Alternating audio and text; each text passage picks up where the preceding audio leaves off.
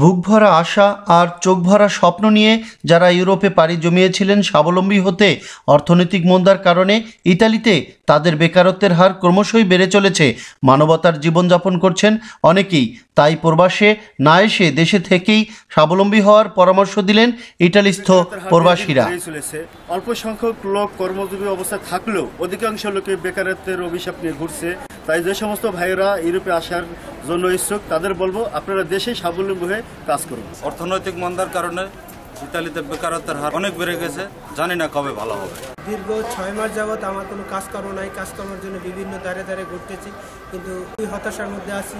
কীভাবে ভবিষ্যতের দিকে অগ্রসর হবে তা বলতে পারি না। দয়া করে আমার মতো কেউ আর এরকম বিপদের সম্মুখীন যেন না হয়। বর্তমানে ব্যবসা বাণিজ্যের অবস্থা খুবই খারাপ, তবে আমরা কিছু সংখ্যক লোক ব্যবসা বাণিজ্য করে মোটামুটি আছি। আমি অনেক ভুল করে এসেছি এখানে, সেই ভুলের মাসুল আজ গুনতে হচ্ছে।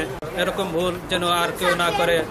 দিনে দিনে ইটালির বেকারত্বের হার বেড়েই চলেছে।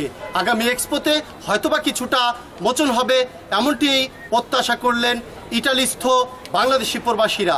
কাউসার Howladar, Bangla TV, Milan, Italy.